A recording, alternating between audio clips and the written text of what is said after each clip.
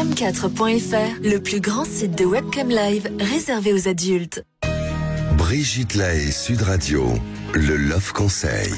Eh bien, Laurent Carilla, on va parler des différents types de mensonges. Bon, on a tous un peu tendance à mentir, parfois même sans s'en rendre compte, mais il y a vraiment des différences entre le mensonge pieux, le mensonge bienfaisant, le mensonge intéressé et le mensonge malveillant.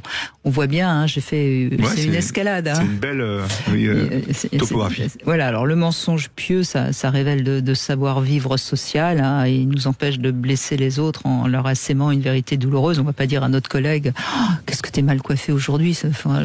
Franchement, je vois pas l'intérêt. Le mensonge bienfaisant, il est motivé par la volonté d'aider autrui. Par exemple, le médecin qui va mentir à son patient pour le rassurer. Alors, ça serait un vrai débat d'ailleurs, ça.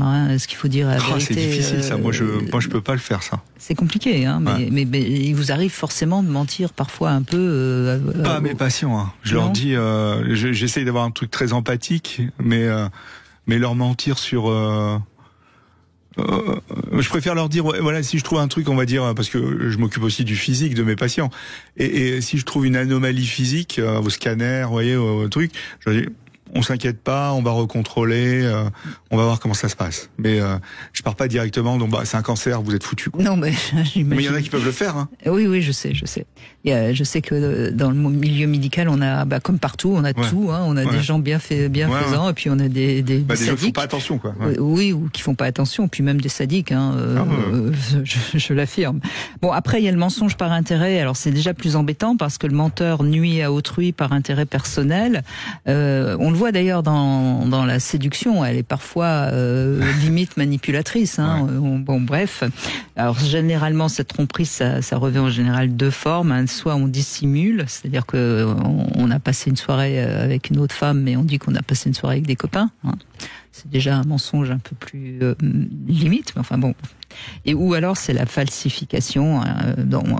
Donc c'est quand même déjà des mensonges qui franchement déforment la vérité. Osons le dire, mais pourquoi pas. Moi, je juge pas, j'explique juste toutes les sortes de mensonges.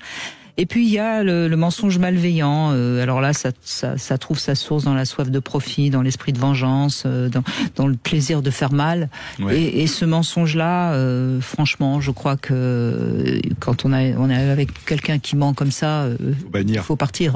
Il n'y a pas d'autre solution.